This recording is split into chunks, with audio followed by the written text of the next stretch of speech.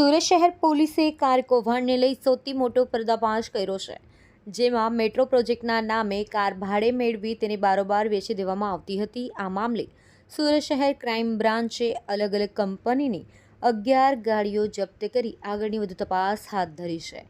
Car કૌભાંડ મામલે સુરતમાં અરજદાર સની અમરેલીમાં આરોપી તરીકે નીકળ્યો છે। સમગ્ર ઘટનામાં સુરત, અમરેલી, ભાવનગરની સૌથી વધુ લોકો આ ઘટનાનો શિકાર બન્યા છે। કાર ગઠિયાઓ દ્વારા વેચી કે ગીરવે મૂકી દેવાઈ હતી। 35 થી 40 હજાર ભાડું મળવાની લાલચ અપાતી હતી અને 2-3 મહિના ભાડું ચૂકવી બાદમાં બારોબાર કાર વેચી દેવામાં આવતી હતી। સુરતની 35, અમરેલીની 23 કાર અત્યાર સુધી વેચી દેવામાં આવી છે। કાર મેટ્રોમાં ભાડે માટે આપશો તો દર મહિને 35 થી 40 હજાર ભાડું મળશે એવી લાલચ લોકોને આપતા હતા। સાથે સાથે 2-3 મહિને ભાડું ચૂકવ્યા બાદ ટોળકીએ કાર બારોબાર દિલ્હી, નોઈડામાં વેચી મારી કે અન્યો પાસે ગીરવે મૂકી દીધી હતી। આ મામલે અરજદારો સુરત પોલીસ કમિશનર ખાતે રજૂઆત કરવા પહોંચ્યા હતા, જેના સંદર્ભે સુરત ક્રાઇમ બ્રાન્ચે વધુ તપાસ હાથ ધરી હતી, જેમાં સુરત ક્રાઇમ બ્રાન્ચે અલગ અલગ કંપનીની કુલ 11 ગાડીઓ જપ્ત કરી અમરેલીની પોલીસને ગાડીઓ સુપરત કરી આગળની વધુ તપાસ હાથ ધરી છે। કલ્પેશ રાણા સાથે જોતા રહો ન્યૂઝ 9 ગુજરાતી, સુરત।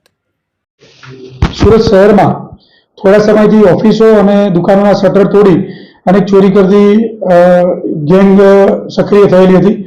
જે અનુસંધાને અમે બાતમી નેટવર્કથી એક કિશન કમલાશંકર દુબે ઉંમર વર્ષ 23 રહે જોનપુરનો આરોપી ખાનગી બાતમી રહે મળી આવેલ।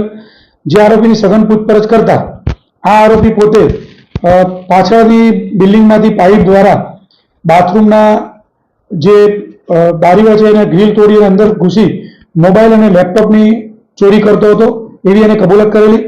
આ આરોપીને અટક કર્યા પછી એના 4 ગુનાઓ ડિટેક્ટ થયેલ છે। ઉત્તરાયણ, પૂણા, ઘોડોદરા અને વરાછા પોલીસ સ્ટેશનમાં અલગ અલગ ગુનાઓ દાખલ થયેલ છે।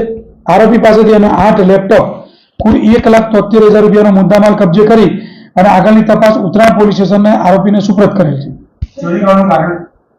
ચોરી કરવાનું કારણ એવું છે કે જોનપુરથી એ પોતે સુરત શહેરમાં કામ ધંધા માટે આવેલ, એને કામ ધંધો ન મળે એવું એનું બહાનું છે અને એના કામ ધંધો ન મળતા એ મોજ શોખ માટે લેપટોપ, મોબાઈલ જે મળે એ વેચી અને રૂપિયા મેળવી અને મોજ શોખ કરતો હતો।